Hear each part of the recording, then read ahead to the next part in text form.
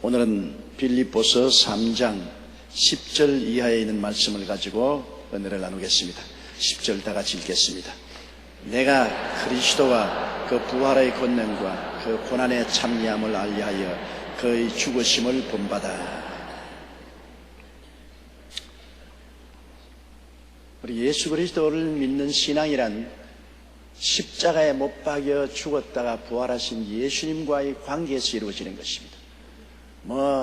어떠한 지혜나 총명이나 모략이나 재능을 가지고 있다고 하더라도 예수 그리스도의 십자가의 죽으심과 장래 지나심과 부활하심에 대한 관계를 맺지 않으면 아무 소용이 없습니다. 기독교 신앙은 수양과 도덕의 신앙이 아닙니다. 연구와 개발의 신앙도 아닙니다. 기독교 신앙은 예수 그리스도와의 관계를 맺는 신앙인 것입니다.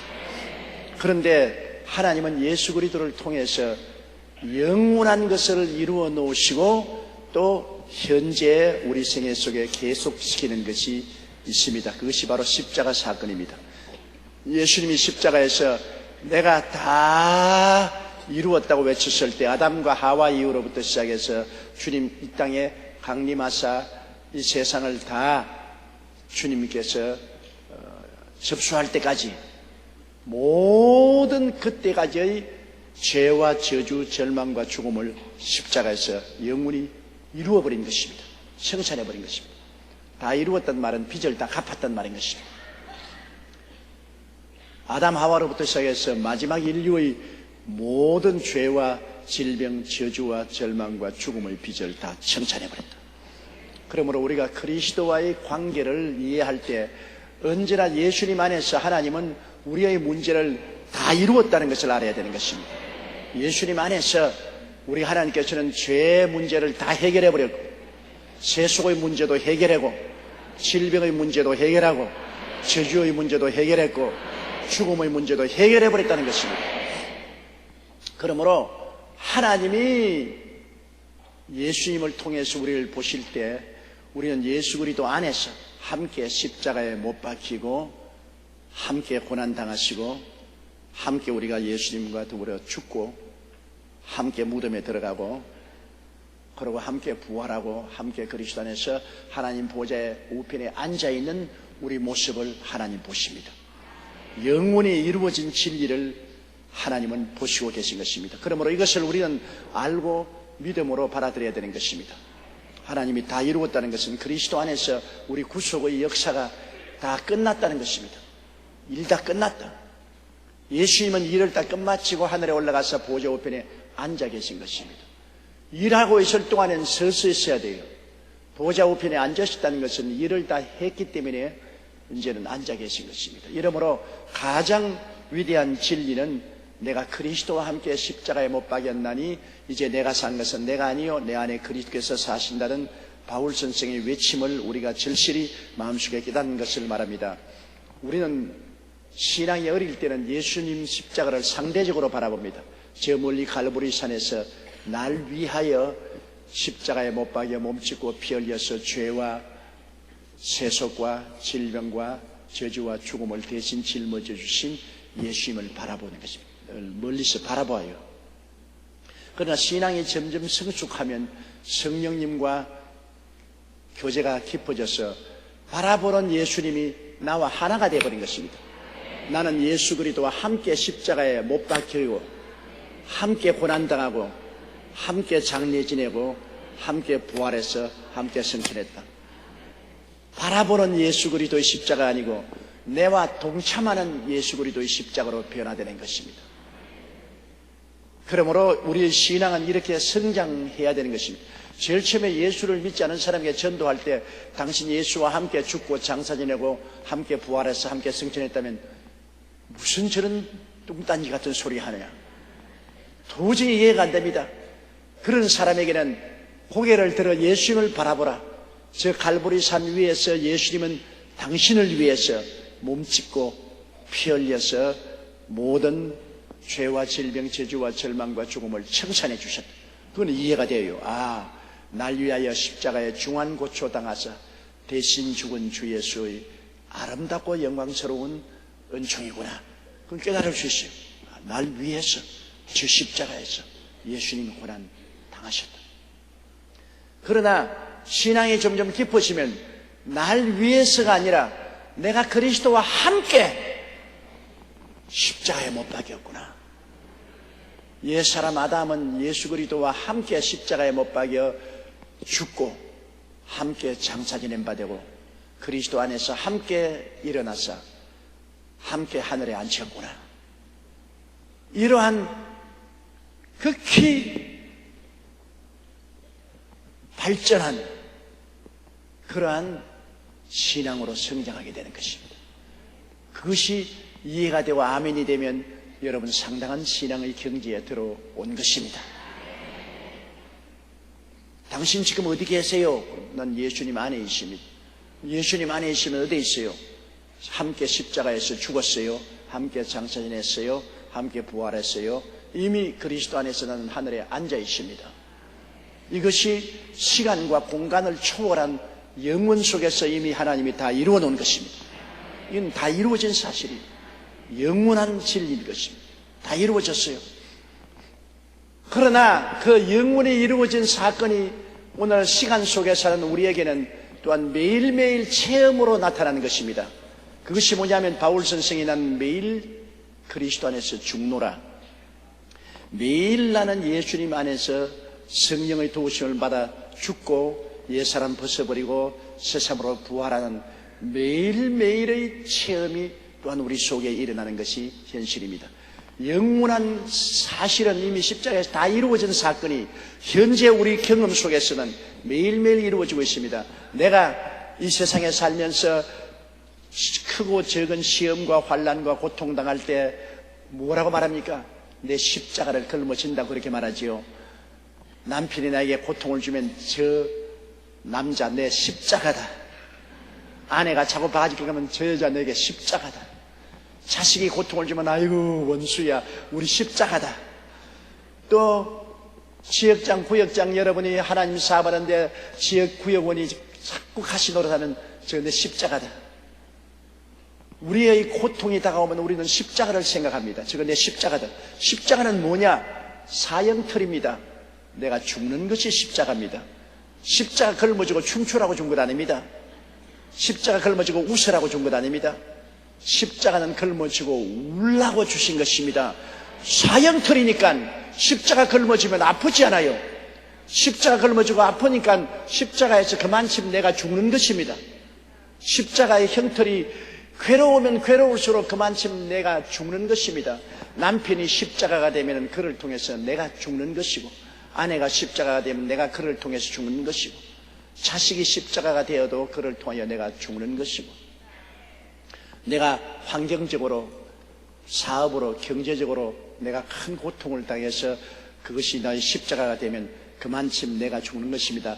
무슨 내가 죽느냐? 세속적인 내가 죽고, 교만한 내가 죽고, 탐욕이 많은 내가 죽고, 불신앙의 내가 죽고, 불순종의 내가 죽는 것입니다. 내가 죽는 거예요. 이미 나는 신앙으로는 예수와 함께 죽었는데, 또 그 사건이 오늘날 나의 매일 생활 가운데 성령으로 말미암아 십자가에서 내가 죽는 체험을 하는 것입니다. 나는 매일같이 죽습니다. 우리의 신앙생활을 통해서 일생 동안 여러분은 십자가를 걸머지고 매일같이 죽습니다. 많이 죽으면 죽을수록 그 다음에는 죽고 난 다음엔 뭐합니까? 성령으로 부활하는 것입니다. 부활의 영을 통해서 성령이 우리 속에서 새로운 부활의 인격을 주는 것입니다. 내가 십자가의 고난을 걸머지면 그만큼 내가 죽고, 그 다음 죽고 없어지는 거 아닙니다. 반드시 그리스도 안에서는 죽은 만큼 성령으로 그리스도 안에서 또 부활하는 것입니다. 내가 더 의로운 사람으로 부활하고, 더 신령한 사람으로 부활하고, 더 순종하는 사람으로 부활하고, 더 헌신한 사람으로 부활하고, 더 거룩한 사람으로 부활하는 것입니다. 계속하는 거예요. 십자가 사건은 2000년 전에 제 1회적인 사건, 다 이루었다. 일회적으로 영원히 이루어진 사건이지만은, 영원히 예수 안에서 함께 죽고 장사 지내고 부활해서 이미 보좌에 앉아 있지만은, 현실적인 시간 속에서는 매일 같은 사건인 것입니다. 다 이루어진 사건이 우리 속에는 매일같이 이루어지고 있는 것입니다. 매일같이 나는 십자가를 통하여 죽고 장사내버리고 또 새 사람으로 부활하고, 우리 주님은 매일 이 십자가 사건을 통해서 우리들을 새롭게 만들어 주시는 것입니다.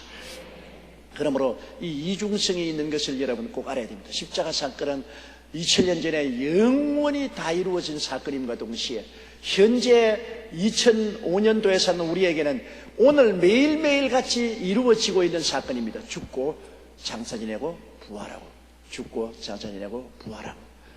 그러므로 여러분에게 고난이 다가오는 것, 이상한 것 생각하면 안 됩니다. 십자가 사건이 늘 이루어져야 되기 때문에 늘 적은 십자가 오면 적게 죽고 또 적게 부활하고, 큰 십자가 오면 또 크게 죽고 또 크게 부활하고.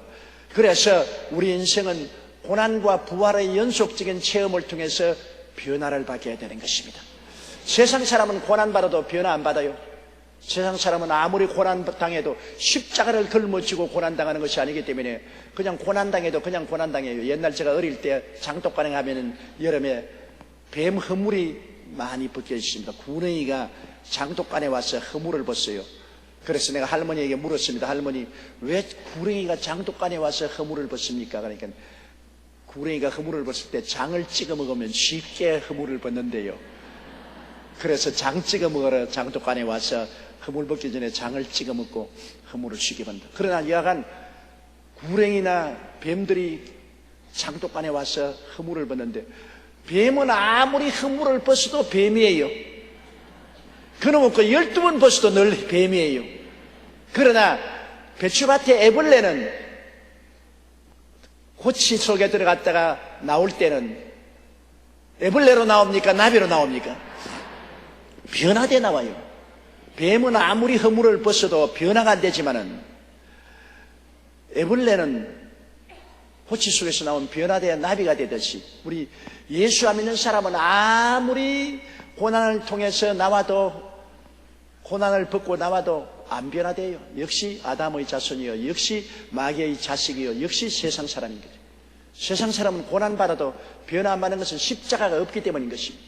그러나 우리 예수 믿는 사람은 고난당하면 십자가가 있기 때문에 거기서 죽어요. 그냥 허물을 벗는 것이 아니라 죽어요.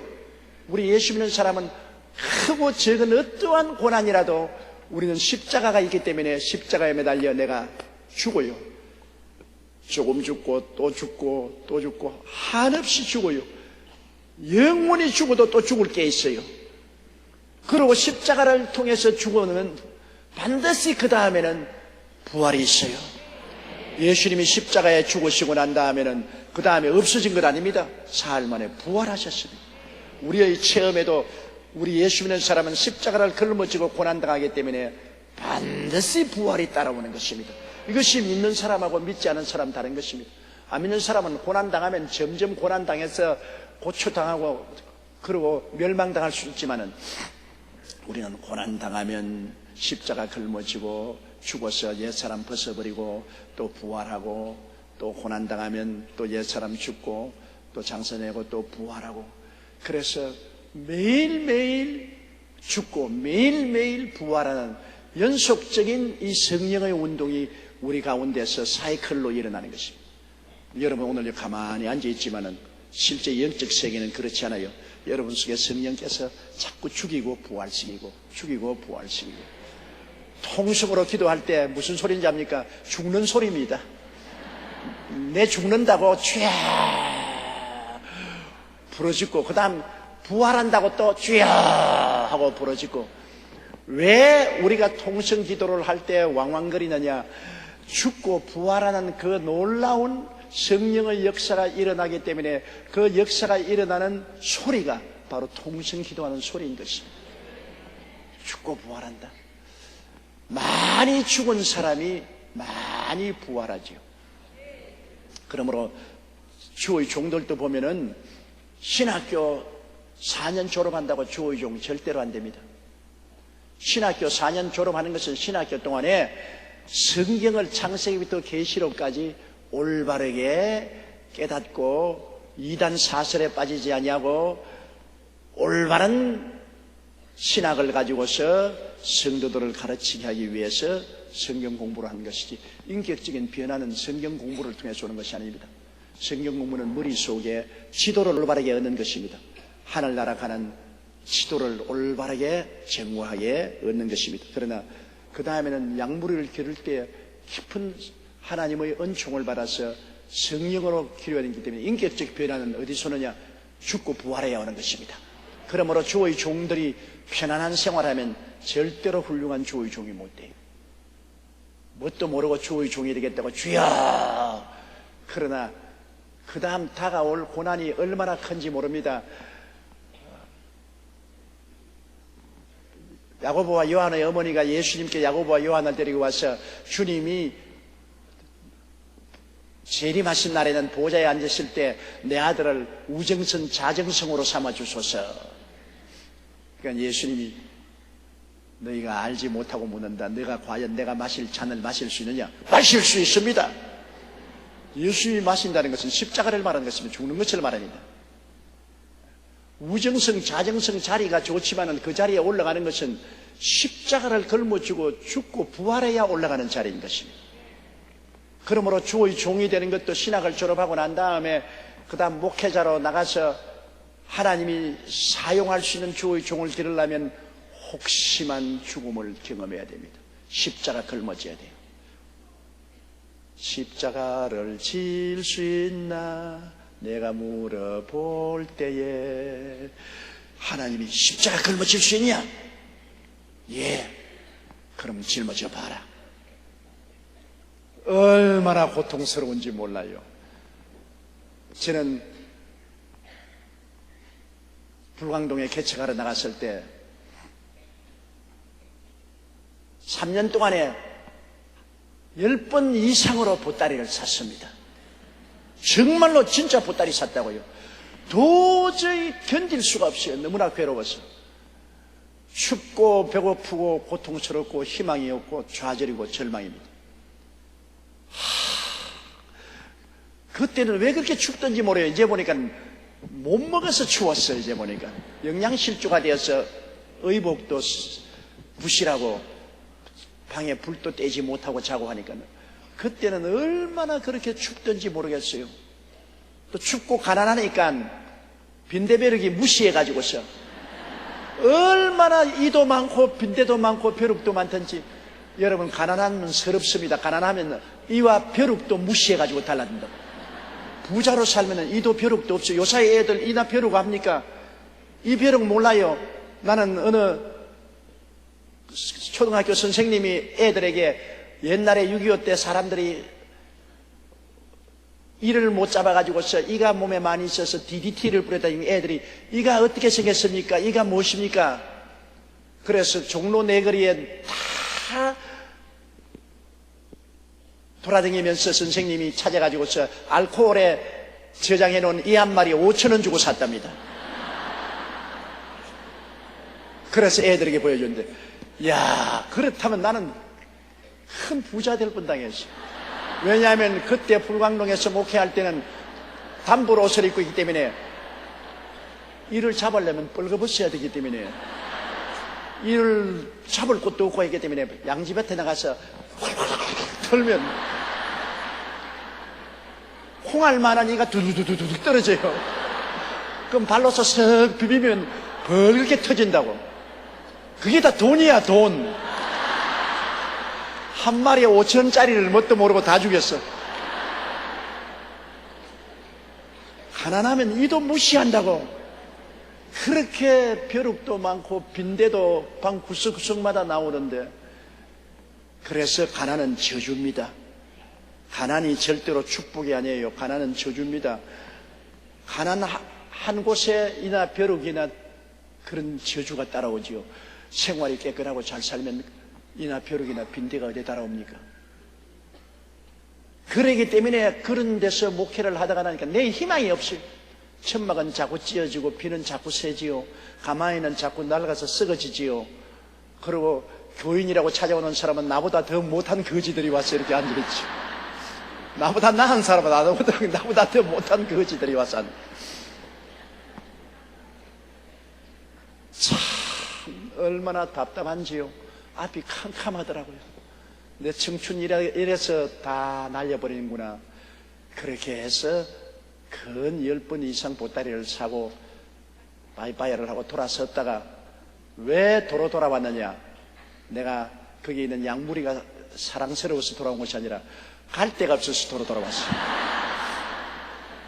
그것만도 내가 붙어서 살 수 있는 곳인데 그를 떠나니까 천막도 없고 잘 토담집도 없어요. 오기가 나서 떠났다가 도로 돌아온 것은 올 곳도 갈 곳도 없기 때문에 도로 돌아갔어. 나는 그때 여러 번 부르짖었습니다. 하나님, 안 믿는 사람들은 저렇게 큰 빌딩을 짓고 저렇게 잘 살걸 만한 내가 주여 주여 주님을 부르짖는 나를 이 모양으로 만들어 놓습니까? 하나님, 정말 해도 너무합니다. 하나님 어디 계시옵니까? 그런데 이제 돌아보니까 그것이 저희 일생의 굉장한 보약이 된 것입니다. 그래서 십자가에서 내가 죽은 거요. 나의 탐욕도 죽고 교만도 죽고 불신앙도 죽고 불순종도 죽고 그 다음에는 천부 여지없어 손들고 옵니다. 살든지 죽든지 흥하든지 망하든지 성하든지 쇠하든지 주의 뜻대로 하시옵소서. 쉬운 길이 없게 만들어서 죽게 만들어 놓은 것이 주님의 역사입니다. 그래서 십자가를 걸머쥐고 십자가를 자꾸 피하고 도망치려니 안 되잖아요. 십자가를 끌어안고 죽으니까 그 다음에는 주님이 부활을 주시는 것입니다. 그 다음에는 하나님이 성령의 은혜를 주셔서 더 크게 병도 낫고 귀신도 쫓겨나가고 하나님의 역사가 일어나니까 교인들 수도 늘어가고 헌금도 늘어가니까 이제는 월급도 받게 되고 그 다음 내복도 갈아입게 되고 빈도 벼룩도 이제 나를 떠나게 되고 희망도 생기고 죽으면 부활을 주시고 죽으면 부활을 주시고 저는 47년의 과거를 돌아볼 때 너무나 호된 고통을 많이 겪었습니다만 다 그것이 큰 축복이요. 하나님이 십자가를 걸머쥐고 죽어라. 죽으면 또 부활이 오고. 요 며칠 전에 진짜 한 번 또 죽었네. 독감이 걸려가지고서. 저는 내 평생에 출근을 아파서 못한 적이 처음입니다. 47년 목회 어지간히 아파도 저는 교회에 기어 나옵니다.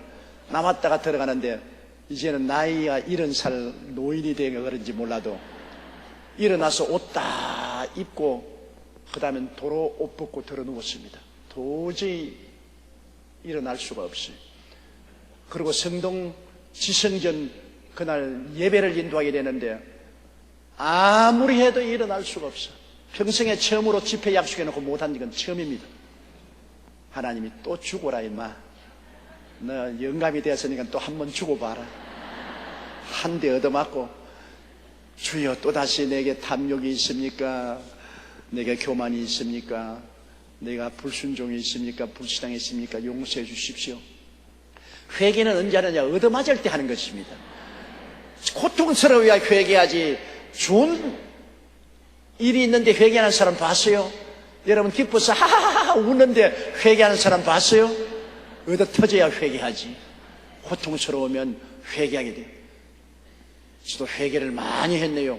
나중에 자꾸 회개하다 나니까 회개한 것을 또 회개하고 회개를 또 회개하게 되고 별 도리 없이 고통은 스스로를 살피고 스스로를 십자가에 죽게 만드는 것입니다. 그러므로 바울 선생이 나는 매일 죽노라. 바울같이 위대한 사도도 나는 매일 죽는다고 말했습니다. 이러므로 여러분의 생애 속에 고통이 다가오는 것, 이상한 일 다가오는 줄로 생각하지 말고 고통을 그냥 고통으로 받아들이면 부활이 없습니다. 십자가로 끌어안고 받아들이십시오. 십자가를 끌어안다는 것은 그 고통을 통해서 내가 죽는 것을 말하는 것입니다. 남편이 고통입니까? 십자가로 끌어안으십시오. 날 죽으라는 것이다. 그러니까 내가 부둥대지 말고 이를 통해서 죽자. 아내가 십자가입니까? 끌어안으십시오. 자식이 십자가입니까? 피하려고 하지 말고 끌어안으십시오. 예수 믿는 사람은 고통을 끌어안아야지 피하면 십자가가 안 되는 것입니다. 피하지 말고 끌어안아서 내가 거기에서 죽으면 하나님의 능력으로 부활이 다가오는 것입니다. 부활은 내 힘으로 다가오지 않아요. 하나님의 능력으로 부활이 다가오는 것입니다. 바울 선생은 이 기독교 신앙의 핵심을 설명하는 것입니다. 여러분 기독교 신앙의 핵심이 그것입니다.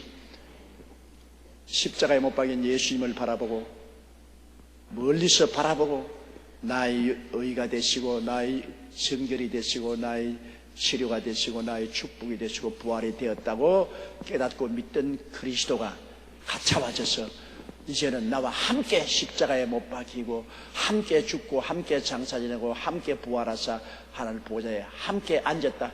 영원히 이루어진 이 진리를 깨닫고 받아들이고 이제는 성령으로 말미암아 현재 생활 속에 매일같이 이 사건이 나의 생애 속에 일어나게 되는 것입니다. 체험 속에 이제는 이것이 알고 믿음으로 이루어진 게 아니라 내 체험 속에 매일같이 나는 십자가에서 죽고 장사 지내고 부활하고 그래서 나는 점점 그리스도를 닮은 변화된 사람으로 성숙해 가는 것입니다. 그래서 바울이 말한 것이 그것인 것입니다. 내가 그리스도와 그 부활의 권능, 부활의 권능 어때요? 놀랍지 않습니까? 부활의 권능은 부활의 의로운 사람으로 변화되고 거룩한 사람으로 변화되고 건강한 사람으로 변화되고 축복받은 사람으로 변화되고 하늘나라 영광으로 성결한 사람으로 부활의 권능이 우리 속에 역사해서 우리를 변화시킨단 말입니다. 변화시킨 성령이 오셔서 끊임없이 변화시키는 역사를 베푸는 것입니다. 우리 기독교는 종교가 아닙니다. 성령 안에서 변화되는 것입니다. 부활의 권능으로 예수를 죽은 자 가운데서 살리신 그 권능이 성령으로 임하여서 우리로 하여금 그리스도를 통해서 영광에서 영광으로 우리를 부활시킵니다. 그래서 바울 선생이 내가 예수 그리스도와 그 부활의 권능과 그 고난에 참여함을 알리하여 예수님이 고난에 참여한 것처럼 나도 모든 고난을 예수 그리스도의 십자가로 받아들여서 고난에 동참하여 내가 죽는 것을 말하는 것입니다. 고난에 참여함을 알리하여 그의 죽으심을 본받아 예수님이 죽으심을 본받아 어찌하든지 죽은 자 가운데서 부활에 이르려 합니다. 어찌하든지 그리스도가 부활한 것처럼 나도 믿음으로 죽음이 오고 난 다음에는 또 기도하고 더 변화되어서 부활하고 죽음을 체험하고는 또 더 부활하는 이러한 하나님의 큰 역사에 바울은 참여하기를 간절히 사모한 것입니다. 여러분도 그 간절히 사모하는 마음이 늘 있어야 돼요. 부활의 권능만 내가 사모한다고 해서 부활이 그냥 오지 않습니다. 죽음 없는 부활은 없거든. 바울 선생의 곧장 나는 부활의 권능에 참여하고 싶다. 부활은 얼마나 아름답습니까? 영혼이 잘 되고 범사에 잘 되며 강건하고 의롭고 거룩하고 충성스럽고 영광스러운 부활의 권능에 참여하려는데 그런데 그 부활이 그냥 옵니까? 예수 그리스도의 죽음에 동참해야 된다. 예수 그리스도의 고난에 동참해야 되고 그럼 고난에 동참하면 고난에 남아만 있으면 않지 않습니까? 어쩐지 고난을 통해서 또 성령의 능력으로 변화받기를 원한다. 또 부활하기를 원한다. 부활, 고난, 부활 계속적인 체험인 것입니다. 계속적인 체험. 우리 성도들도 여러분 그리스도의 고난에 더 많이 참여한 사람이 더 그리스도의 부활의 인격에 더 많이 참여하고 있는 것입니다. 간증 예배할 때 누구 간증이 제일 재미있습니까? 크게 고난당했다가 그리스도를 통해서 크게 부활의 은총을 체험한 사람의 간증을 들으면 은혜가 되지 않아요? 그러나 크게 고난당하지도 아니하고 부활도 체험하지 못한 사람 간증하러 세워놓으면 할 말이 하나도 없어요. 입이 딱 막혀요. 할 말이 없어요. 고난과 죽음과 부활이 있어야 간증이 되는 것입니다. 증거가 되죠. 사람들 앞에 예수 전도할 때 우리가 성경에 있는 말을 가지고서 전도하는 것도 권능이 있지만은 내가 체험했다. 내가 죽음의 고통에 혹은 병들어서 혹은 가정의 파탄으로 개인적인 큰 고통을 체험하고 그 다음 나는 교회에 와서 예수를 믿고 부활했다. 새 사람이 되었다. 영혼이 잘됨같이 범사에 잘됨에 강건한 새 사람이 되었다. 죽음과 부활에 대한 간증을 하게 되면 사람들이 그러냐? 야, 과연 하나님이 살아계시구나. 그리고 자기도 거기에 동참하게 됩니다. 아, 나도 이런 고난이 있는데 나도 그리스도 안에서 부활할 수 있겠구나. 그리스도 안에서는 언제나 두 가지가 있습니다. 무덤과 십자가와 무덤과 부활. 십자가에 달리고 죽고 부활하는 이것은 영원한 사건이며 현실적인 사건입니다. 따라 말씀드립니다. 예수님의 십자가 사건은 다 이루은 영원한 사건이요 현재 내게는 성령으로 말미암아 매일매일 체험하는 사건이다. 그러니 기독교 신앙이 얼마나 심오하고 영광스럽습니까? 다 이루어진 것이 지금 내게서 이루어지고 있는 것입니다. 이미 다 이루어지고 우리가 그것을 믿고 받아들였는데 성령은 또 그것을 현재 우리 속에 계속해서 이루어지게 만드는 것입니다. 그렇기 때문에 이제는 더 이상 이런 질문하지 마십시오. 왜 주여 내게 고난이 있습니까? 주여 왜 내게 이런 시험과 환난이 있습니까? 왜 이런 고난이 있습니까? 그거 물어봤자 대답 안 해요. 주님은 왜? 죽으라고 고난이 있는데 무슨 잔소리냐. 죽어라. 적은 고난 적게 죽어, 많은 고난 많이 죽어. 왜 하지 말고 고난을 받을 때 그 고난을 끌어안고 주여 십자가를 통해서 이 십자가를 통해서 내가 죽게 하여 주시옵소서. 내가 깨어지고 내가 회개하고 내가 죽고 내가 장사지내게 해주시옵소서. 그렇게 하면 때가 오면 주님이 갑자기 부활이 다가오게 만들어주는 것입니다. 어둠은 꿈같이 사라져버리고 좌절과 절망은 없은 듯이 꿈에 본 듯이 사라져버리고 부활의 영광이 확 다가오게 되는 것입니다. 그래서 좋다, 나는 그리스도 예수 믿고 이렇게 축복을 받았다고 한동안 좋아하다가 또 고난의 구름이 다가오는 것이에요. 너 어지간했으니 또 좀 더 자라라, 또 좀 더 죽고 또 좀 더 부활해라. 그래서 하늘나라는 고난과 영광이 항상 함께 다가오는 것이 신앙생활인 것입니다. 고난이 다가오고 영광도 오고, 영광만 있는 것이 아니라 또 고난이 다가오고 또 영광도 오고, 죽음은 항상 내게서 역사하고 또 부활도 항상 내게 역사하는 것입니다. 그래서 내가 그리스도와 그 부활의 권능과 그 고난의 참여함을 알리하여 그 죽으심을 본받아 어찌하든지 죽은 자 가운데서 부활에 이르려 하노라. 어찌하든지 더 깊은 부활을 체험하고 싶다. 어찌하든지 부활에 이르려. 그리고 종국적으로 이 역사가 언제 끝나느냐? 내가 진짜 육체가 죽을 때, 이제 죽음은 끝나고 예수님 강림하실 때 영원한 부활에 들어가게 되는 것입니다. 이론적으로 이미 이루어진 것이 실제적으로 우리 매일매일 체험하고 이것이 완성되는 것이 언제냐? 우리 육체가 죽어버리고 그 다음 그리스도가 강림할 때 부활하면 영원한 부활에 이르게 되는 것입니다. 그때는 우리가 이 땅에서 죽었다가 부활하고 죽었다가 부활하고 체험해서 변화된 만큼 영광스럽게 부활하는 것입니다. 그렇게 변화가 자꾸 돼야 돼요. 변화 안 된 사람은 나중에 부활의 날에 큰 영광에 이르지 못해요. 부활의 날에 우리 영광은 하늘의 해와 같고 달과 같고 별과 같고 별 중에 별과 같다고 했는데, 이 땅에서 죽고 부활한 사건을 많이 체험한 사람은 영원한 부활 때 태양과 같이 부활하고, 그 다음은 달과 같이, 그 다음은 별과 같이, 그 다음은 반딧불 같이 반짝하고 사라지는 그런 부활도 있는 것입니다. 지금 우리 다 여의도 순복음교회 한자리에 앉아있지만은 실제로 우리의 내적인 영광은 다 다릅니다. 여러분, 그리스도의 성령 안에서 보면은 우리의 변화된 인격의 단계가 다 다르다고요. 주께서 호령과 천사정의 고함과 하나님의 나팔로 친히 하늘로 쫓아 강림하실 때 주 안에서 죽은 자들이 먼저 일어나고 살아남는 우리가 변화될 때 보면, 와! 오색무지개 같이 형형색색이네. 굉장히 영광이 다 다르다 말이에요. 전부 다 볼 때. 신영광이 달라. 와! 저분은 굉장한 영광을 가진 주의 종류인 줄 알았다면 별 볼 일 없네. 이 장로님이 왜 저 영광이 저 모양이냐? 희미한 별빛같이.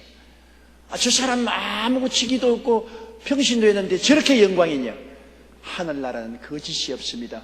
사람이 행한 대로 다 그때 영광으로 변화받게 되는 것입니다.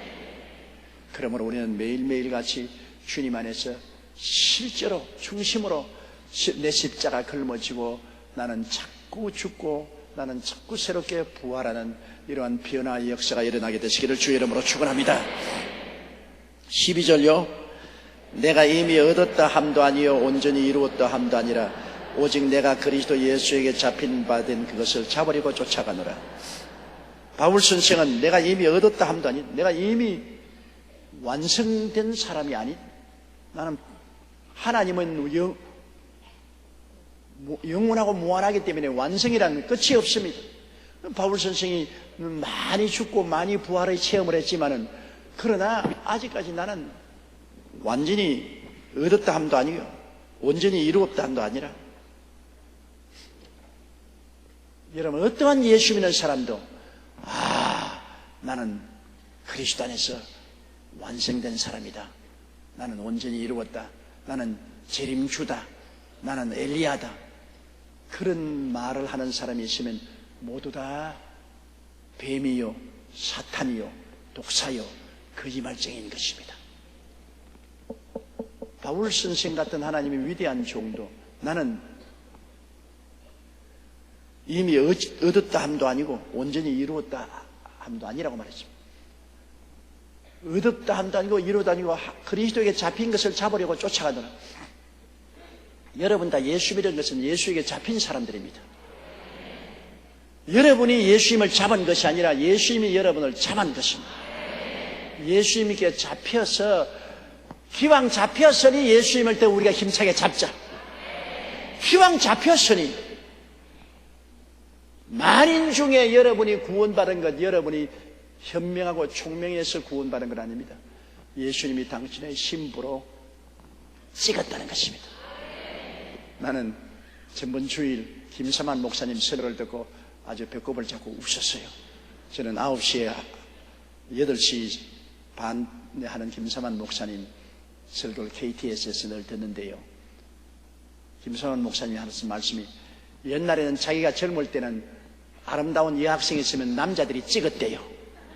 남자들이 저거는 내 거다 찍어가지고서 집 앞에서 기다리고 연애 편지도 쓰고 꽃다발도 갖다 주고 그 옛날에 없던 눈깔 사탕도 사가지고 바치고 꿰려고 그렇게 했는데, 요 사이는 달라져 가지고서 여학생이 남학생을 찍는데요.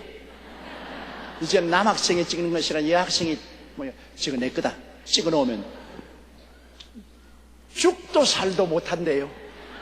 한번 여학생에게 찍혀 놓으면 못 따라난답니다. 금방 다른 데서 흩은 수다 가다가는 박살난다 그래요. 그 여학생에게 요사이에 한번 찍히면은 그로부터 이제 도망을 치지 못하고 그 여학생이 질질 끌려다닌다는 거예요. 김성환 목사님이 그렇게 말을 해요. 그러면서 자기가 비행기를 타고 오다 영화 한 편을 봤는데, 영화에 보니까 초등학교 5학년 여학생이 자기 담임선생을 찍어가지고서 담임선생에게 그냥 잘 보이려고 나이롱을 가지고서 브라자를 만들어서 나이롱을 집어넣어가지고서 브라자를 만들고 이렇게 해가지고 5학년 여학생이 계속해서 담임선생을 괴롭힌 그 이야기를 하면서, 그 다음 결론은 뭐냐? 마귀에게 찍히지 마라. 마귀가 한번 찍어 놓으면 절단은 강산이 나니까 마귀에게 찍히지 마라 그랬는데, 여러분 예수님에게 찍혀놔도 도망 못 칩니다. 여러분 그냥 구원받은 거 아닌데 예수님이 찍어놨다고, 예수님이 나의 신부로 삼겠다고 만세전에 여러분을 탁 찍었다고.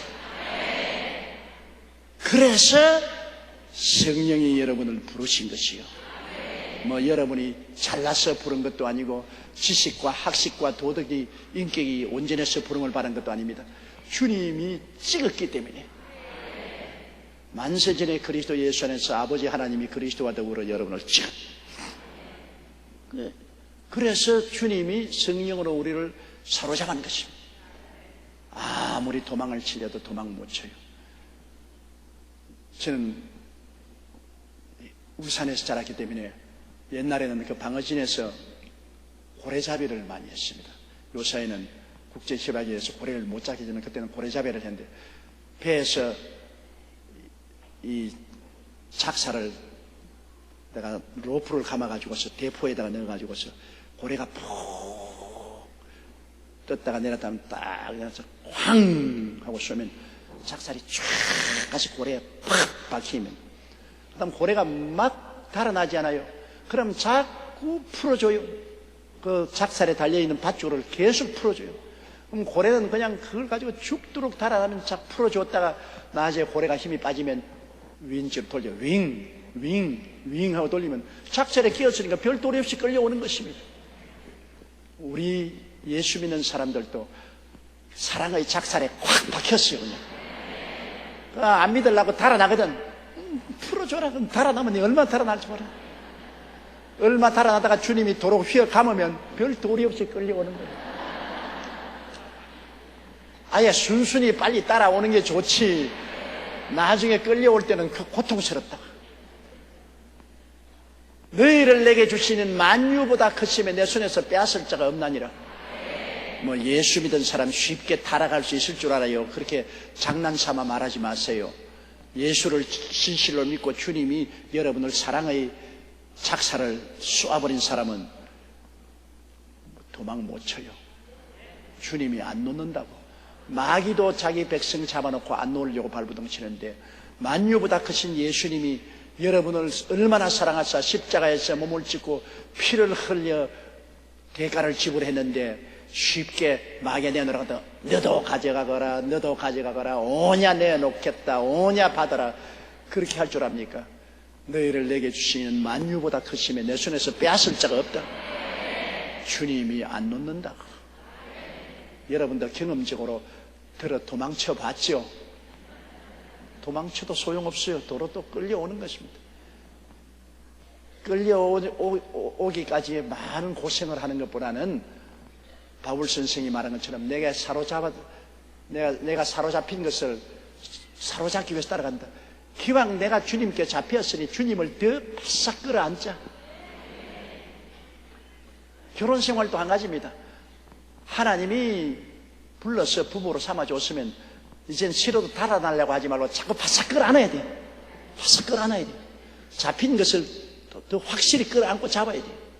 여러분 예수 믿는 신앙생활, 주여 성령 주소서, 주님 나를 버리지 마소서. 주님이 버릴 택도 없고 안 버립니다. 왜 버리지 마소서 하는 것은 더 바짝 잡으려고 그런 소리 하는 겁니다. 여러분이 오늘 여기 와서 말씀도 듣고 기도도 하는 것은 잡혔기 때문에 더 잡으려고 오는 것입니다. 이미 잡힌 몸 그냥 힘껏 나도 예수님 좀 잡아보자. 이미 주님의 소유가 되었으니 더 힘차게 주님을 붙잡아보자. 바울 선생이 한 말이 바로 그 말인 것입니다. 오직 내가 그리스도 예수께 잡힌 바 된 그것을 잡으려고 쫓아가느라. 그러므로 더 열심히 쫓아가면서 예수님을 붙잡으면 붙잡을수록 더 주님의 넘치는 사랑과 은혜를 체험할 수가 있는 것입니다. 13절요. 형제들아 나는 아직 내가 잡은 줄로 여기지 아니하고 오직 한 일 즉 뒤에 있는 것은 잊어버리고 앞에 있는 것을 잡으려고. 내가 이미 다 이루었다고 생각하면 앉아서 만족하지요. 자만하지요. 나는 이미 다 이루었다. 그러나 신앙생활에는 다 이룬 사람 없습니다. 하나님은 영원하신 하나님인데 영원까지 우리가 쫓아 올라가야 되는데 내가 다 이룰 수가 있나요? 결코 다 이룰 수가 없습니다. 내가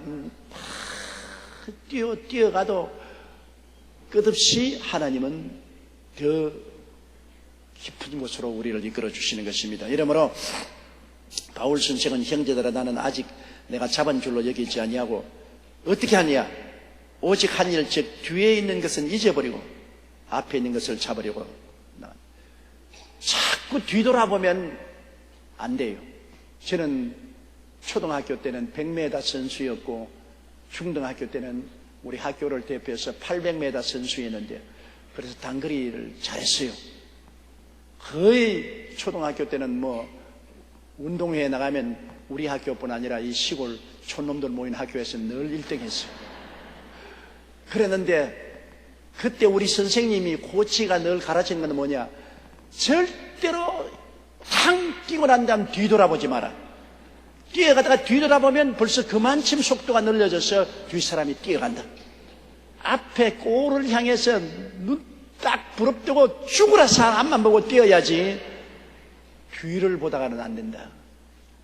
그런데 제가 불광동에서 목회할 때 우리 성도들 함께 야유회를 갔습니다. 오능에 야유회를 갔는데 그때 우리 선교사인 존 허스턴 목사님이 같이 갔는데요. 나는 그래도 몸이 약했어도 폐병 앓고 살아났어도 그래도 어릴 때 잘 뛰었기 때문에 뛰는데 자신이 있어. 그래서 점심 먹고 난 다음 우리 성도들이 리레이 경기를 했는데요. 오는 능 꼭대기에 올라갔다가 뛰어내려오는 거예요. 그래 양편에 갈려서 막 이겨라 하는데 내가 한 편에 서고 존 허스턴 목사님이 다른 편에 서고 그래서 우리 편이 이기고 있어요. 내가 탁 바통을 받아서 존 허스턴 목사님이 뒤에 오는데 교만해가지고 있어요. 지를 쳐다보고 놀린다고. 그런데 이분은 막 완전히 황소처럼 눈에 불을 켜고 별로 잘 못 뛰는 사람인데도 보면 죽을 힘을 향해서 내리뛰는데 내 앞에 앞서버렸어요. 그때야 내가 정신을 차리고 속도를 내버리니까 이미 늦었어. 그래서 그 경기에 지고 말았어요. 그때 얼마나 내가 통절하게 느꼈던지 47년 전의 일을 지금도 가슴 아프게 생각합니다. 그때 내가 교만해가 뒤를 돌아봤대.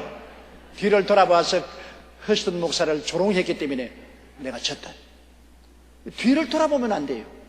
우리가 경기를 하면 앞만 보고 뛰어야지 뒤를 돌아보면 안 돼요. 우리가 세상에 무슨 일을 하더라도 뒤를 돌아보면 안 됩니다. 뒤를 돌아보고 잘한 것을 늘 자랑해도 그는 안 되고 잘못한 것을 뒤를 돌아보고 늘 탄식해도 안 됩니다. 뒤를 돌아보지 말고 자꾸 앞으로 나가야 됩니다. 이 승리하는 사람은 뒤를 돌아보지 않고 앞으로 나가는 사람이 승리하는 것입니다. 자꾸 뒤를 돌아보고 뒤의 일을 이야기하고 자꾸 비난하고 공격하고 서로 흠을 뜯고 싸우고 하면은 그만 다른 사람에게 다 져요. 뒤엔 일은 잊어버리고 뒤엔 일은 다 잘한 것도 잊어버리고 못한 일도 잊어버리고 다 용서하고 다 씻어버리고 앞으로 더 나은 내일을 향해서 뛰어야 돼요. 앞을 바라보고 뛰어야 돼요. 우리는 자꾸 주저앉아서 뒤를 바라보기를 원합니다. 주저앉아서 뒤 바라보는 것 편안하고 좋으니까 옛날 이야기하고 뒤 바라보는 것. 그러나 그러면 발전 못합니다. 뒤엔 일은 잊어버립니다. 앞에 향해서 뛰어간다. 나는 월맹을 보고 놀랍니다. 월남 말입니다. 우리 한국이 월남 전쟁에 참여해서 우리 명호부대, 청룡부대가 가서 굉장히 형력한 전공을 세웠습니다. 많은 월맹 사람들이 명호부대나 청룡부대에 의해서 죽임을 당했습니다. 그런데 월맹에서 우리 한국하고 국교를 다시 맺고 난 다음에 오늘날 과거를 절대로 묻지 않아요. 너 한국 사람들 과거에 전쟁 때 우리 월맹에 와서 우리 젊은이들을 얼마나 많이 죽였느냐. 그때 가만히 두고 보자. 과거를 가지고서 신랑이라 하고 달라들었으면 우리 한국은 월맹에 진출하지 못해요. 그런데 희한하게도 월맹 정권은 아직 공산주의 정권이지만 과거를 묻지 않아요. 한국 사람 웰컴 와서 자꾸 투자해달라. 대기업도 들어오느라 중소기업도 들어와서 투자해달라. 과거를 묻지 않아요. 참 그 사람들 굉장한 사람입니다. 그러기 때문에 한국의 온갖 대기업 중소기업들이 월명에 들어가서 지금 공장을 세우고 사업을 하고 직장을 만들어주고 국가 발전에 기여를 하고 있거든. 만일 과거를 자꾸 캐물어서 우리에게 대든다면 한국은 월명하고 아무 일도 할 수가 없죠. 과거는 여러분 묻지 말고 나가야 돼요. 과거를 묻지 마라. 내가 목회하면서 젊은 부부들이 싸워서 내게 신앙 상담 오는 것도 여러 개서 했는데 결혼해서 첫날 밤에 과거를 자꾸 묻거든. 그런데 참 남자가 자꾸 꿰면서 이제 우리는 이제 부부가 되어서 결혼했으니까 우리 다 과거를 깨끗이 말하고 청산하고 그리고 새롭게 살아나가자고. 그래서 내가 무슨 말을 해도 용서해 준다고. 과거에 어떻게 지내냐고 자꾸 캐물으니까 거기에 꽤 꿰매 넘어간 신부가 과거에 뭐 애인이 있다, 애인하고 놀러 갔다 그런 이야기를 했단 말입니다. 그러니 그거 딱 틀을 잡고서 그 다음에는 너 과거에 그런 일이 있었기 때문에 지금 마음이 나에게 신실하지 못하느냐 자꾸 이렇게 걸고 달라듭니다. 그 신부는 아니 과거를 묻지 않기로 하고 난 다음에 나보고 사살 꿰가지고서 내가 이야기해놓고 난 다음 왜 묻니까 여하튼 꿰든 어떻든 과거는 과거가 있었지 않느냐. 그래가 쓸데없는 과거 이야기 때문에 고통을 당하고 깨어지는 가정을 많이 보았어요. 그 다음 이후로 내가 결혼 카운셀링을 할 때마다 결혼하러 가는 신랑보다도 신부들에게 과거를 말하지 마라. 이미 과거는 지나간 것이다. 네가 말해봤자 고칠 수도 없는 일이고 과거가 현재를 살리는 것이 아니다. 무슨 말을 묻든지 딱 잡아떼라 그냥.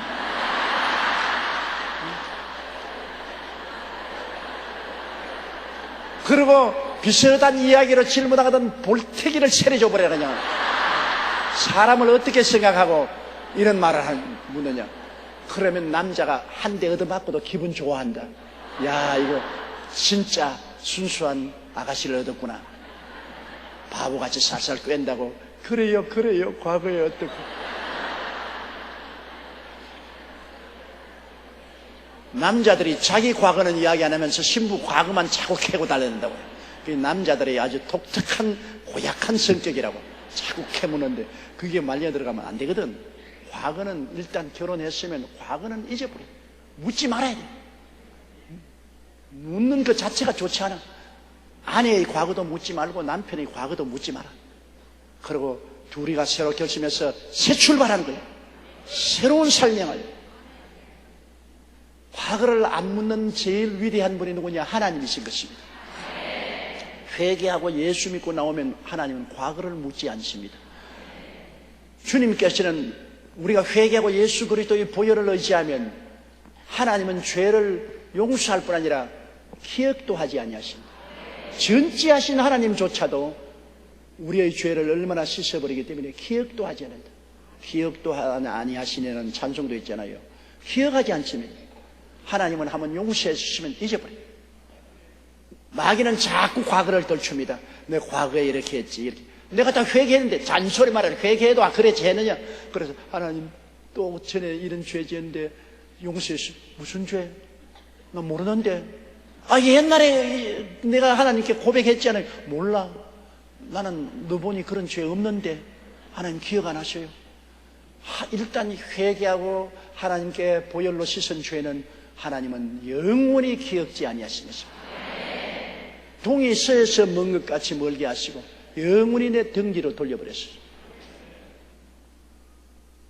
하나님도 과거를 묻지 아니하시는데 왜 자꾸 과거를 캐묻느냐 말이에요. 거기에는 저희가 있지 저희가 없이는 과거를 자꾸 캐묻지 않아요. 과거는 용서하고 씻어버리고 새 출발해야 됩니다. 그렇기 때문에 우리 예수 믿는 사람들이 자꾸 과거를 돌아보면 안 돼요. 자기가 과거에 성공한 것도 잊어버려야 돼요. 성공한 것은 이미 과거죠. 지금 자꾸 그 말하면 안 됩니다. 그리고 실패한 것도 잊어버려야 돼요. 거기에 집착해서 늘 탄식하면 안 돼요. 사람들도 그렇지 않습니까? 과거에 도와준 것을 두고 만나면 너 과거에 내 신세졌지. 내가 너 도와줬지. 그 말하면 원수 되어버리고 말아요. 도와준 만큼 잊어버려야 돼. 입 닦아버려야 돼. 절대로 도와준 사람 만나가 너 과거에 내게 도움받았지. 그렇게 하면은 그 사람이 열등의식을 가지고 원수가 되어버린 것입니다. 도와주었으면 절대로 과거를 말하지 말아요. 도와준 이야기 하지 말아요. 심 딱 띄고 그냥 지나가야 돼요. 자기 스스로가 도움받은 것을 감사해서 감사를 표시하면 그건 좋지요. 그러나 내가 도와주는데 이놈의 자식 너 나를 보답을 하느냐? 그러면 안 되는 것입니다. 바울 선생이 한 말은 형제들아 나는 아직 내가 잡은 줄로 여기지 아니하고 오직 한 일 즉 뒤의 것은 잊어버리고 앞에 있는 것을 잡으려고. 14절요. 표대를 향하여 그리스도 예수 안에서 하나님이 위에서 부르신 부름을 상을 위하여 쫓아가노라. 뛰어가는데 표대를 향해서 뛰어가야 된다. 뛰어갈 목표가 분명해야 돼요. 우리가 살아가는 데 있어서 이 목표가 없으면 우리가 아무 성취를 못합니다. 어느 아버지가 아들에게 밭 가는 것을 가르칩니다. 여러분, 밭 가는 것 쉬운 것도 절대로 쉽지 않아요. 지게 지는 것도 절대로 쉽지 않아요. 제일 처음에 지게를 지면요, 지게를 걸머쥐고 난 다음에 일어서면 전부 개걸음합니다. 옆으로. 바로 서지 않아요. 그리고 쟁기를 들고 소에게 열어! 하고 하면 이것이 쟁기가 바로 가지 않고 막 삐뚤어지는 것이다. 막 삐뚤어져요. 그래 아버지가 아들을 불러서 쟁기를 붙잡고 처음 밭을 가라니까 아들이 밭을 가려니까 뱀 지나간 같이 밭을 가라죠. 꾸불꾸불. 야 이놈아, 어떻게 하다가 밭을 이렇게 뱀 지나가듯이 꾸불거리냐? 뭘 보고 따라가느냐?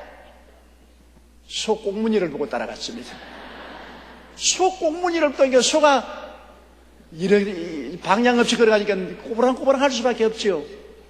그래서 아버지 할머니 소 꽁무니를 바라보지 말고 밭 갈 때 저 먼 산에 바위를 바라보고서 밭을 가라. 그 다음에 소를 바라보지 않고 밭을 저 산 위에 있는 바위를 딱 목표를 정하고 가니까 똑바로 갈 수가 있다고 말했습니다. 목표가 없으면 여러분 다 헛수고를 합니다. 목표가 있어야 내가 시간도 돈도 노력도 집중을 하죠. 확대경으로 여러분 불을 붙이려고 할 때 한 초점에 딱 비추고 있으면 연기가 모락모락 나지 않아요. 이걸 자꾸 옮기면은 연기가 모락모락 나지 않습니다. 지붕지실에서 떨어지는 물방울도 똑똑똑 전부 신방돌에 계속 떨어지면 돌에 구멍이 뚫어요. 그러나 그 똑똑 떨어진 물을 이쪽에 떨어뜨렸다 저쪽에 떨어졌다면 아무것도 되지 않잖아요. 절대로 IQ 높다고 자식들이 성공하는 건 아닙니다, 여러분. 아무리 IQ가 높고 머리가 좋아도 그것이 성공을 하는 것이 아닙니다. 머리가 둔해도 한 가지 자기 목표를 향해서 끈질기게 밀고 나가는 사람이 성공합니다. 대개 머리 좋은 사람이 성공을 못하는 것은 머리가 너무 좋기 때문에 자꾸 목표를 변화시킵니다. 환경을 따라서 이 목표를 보고 뛰었다가 저 목표를 보고 뛰었다가 목표를 바꾸기 때문에 큰 성공을 못하나 좀 머리가 둔한 사람은 목표 바꿀 줄을 몰라요. 아주 미련하게 목표를 정해놓고 난 다음 그 길로 자꾸 따라가야 돼요. 좋은 처녀를 보고 구원을 하는 사람도 좋은 처녀가 생겼으면 그 처녀 한 사람만 보고 1년 12달 계속 따라가면 결혼을 할 수 있는데 좀 따라가다가 다른 더 이쁜 애 있으면 저 여자 따라가요. 여기 더 좋은 애 또 따라가요. 그러다가 보면 아무도 결혼하지 못하고 다 놓쳐버리고 말아요. 그러나 좀 둔해도 한 여자만 보고 자꾸 따라가는 사람은 나중에 그 여자하고 결혼하거든. 목표를 정해놓고 꾸준히 뛰어야 인생은 성공하는 것이지 자꾸 목표를 바꾸면 안 돼요. 그렇기 때문에 자녀 교육시킬 때 여러분 자녀의 소질을 먼저 알아야 돼요. 자녀들이 뭘 잘하는가? 자꾸만 수능 시험에 1등하라 그런 것만 자꾸 주장하지 말아야 돼요. 카네기 같은 사람은 여러분 스코틀랜드에서 미국으로 건너올 때 초등학교 4학년밖에 공부 못했어. 맨발 벗고 뉴욕에 도착했는데 13살 먹는 사람이 한결같은 목표로서 일을 해서 나중에 미국의 최대 갑부 중에 한 사람이 됐어요. 성공했죠. 에디슨 같은 사람 학교에 공부하다가 선생에게 쫓겨났습니다. 왜 그러냐 하니까 선생님이 하나 보태기 하나는 둘이다. 애들이 다 둘이라고 하는데 에디슨은 반드시 둘이 아니냐고 합니다. 하나 보태기 하나가 될 수 있다고 합니다. 그 여선생이 왜 그러니까 고양이 한 마리에다 쥐 한 마리 보태면 한 마리밖에 안 나옵니다. 그러니 선생님이 가르칠 수가 없어요. 보통 상식으로 하나보따기 하나는 둘인데 자꾸 에디슨은 하나보따기 하나가 둘이 될 수도 있고 하나가 될 수도 있다. 고양이 한 마리에다 쥐 한 마리 보태면 한 마리밖에 안 된다. 그런 소리 하니까 이게 천치라고 쫓아버렸습니다. 그건 초등학교 못 나왔죠. 어머니가 우리 아들은 천재라고. 그래서 계속해서 그 방면으로 나가도록 발명할 수 있도록 밀어줘가지고 발명왕이 됐지 않습니까? 여러분, 반드시 이 세상에 교육을 많이 받고 학위가 많고 IQ가 높다고 인생을 성공하는 건 아닙니다. 인생을 성공하는 것은 정말 하나님을 의지하고 한 가지 일을 끝까지 나가는 것입니다. 한 가지 운물을 파는 것입니다. 제가 여의도 순복음교회 세계 최대가 된 것은 한 교회에 47년간 목회를 했습니다. 보통 목사님들이 한 교회에 5년 있으면 오래 있어요. 5년 동안 목회하다가 좀 더 월급 많이 주는 교회가 있으면 거리 옮겨갑니다. 또 거기 있다가 또 좀 더 좋은 도시교회에 갈 수 있는 기회가 있으면 또 거리 옮겨갑니다. 자꾸 옮겨다니니까 큰 교회가 되지 못해요. 그러나 우리같이 미련한 사람은 한 교회에서 47년간을 있어. 이 교회에서 출발해서 이 교회에서 은퇴할 수 있는 나이까지. 그러니까 교회가 자라거든요. 부르는 돌에는 이끼가 끼지 않습니다. 돌이 가만히 있어야 이끼가 끼지요. 한 가지 목표를 향해서 끝까지 뛰어야 돼요. 목표를 향해서. 우리 지역장, 구역장님이 성도들을 지역구역에 성장시키는 것도 목표를 정해놓고 난 다음에 뛰어야지, 목표 없이 아무리 전도하고 이리 뛰고 저리 뛰어도 안 돼요. 믿음은 바라는 것이 있어야 믿음이 역사하는 것입니다. 바라는 목표가 없으면 믿음이 안 생겨요. 믿음이 안 생기니까 아무 일도 안 되지요. 믿음은 바라는 것이 있어야 돼요. 바라보는 목표가 분명히 있어야 역사하는 것입니다. 이렇기 때문에 여러분이 기도할 때도 수첩을 끄집어내 놓고 여러분이 바라보는 목표를 적어야 돼요. 내가 원하는 목표를 적고 그 목표를 바라보고 기도를 해야 돼요. 목표를 바라보고 기도하면 믿음의 역사가 일어나고 응답이 다가오는 것입니다. 근데 목표 없이 그냥 막연하게 허공을 치는 기도 자꾸 해봤자 물론 영적으로는 더 깊이 발전할지 몰라도 기도 응답은 되지 않은 것입니다.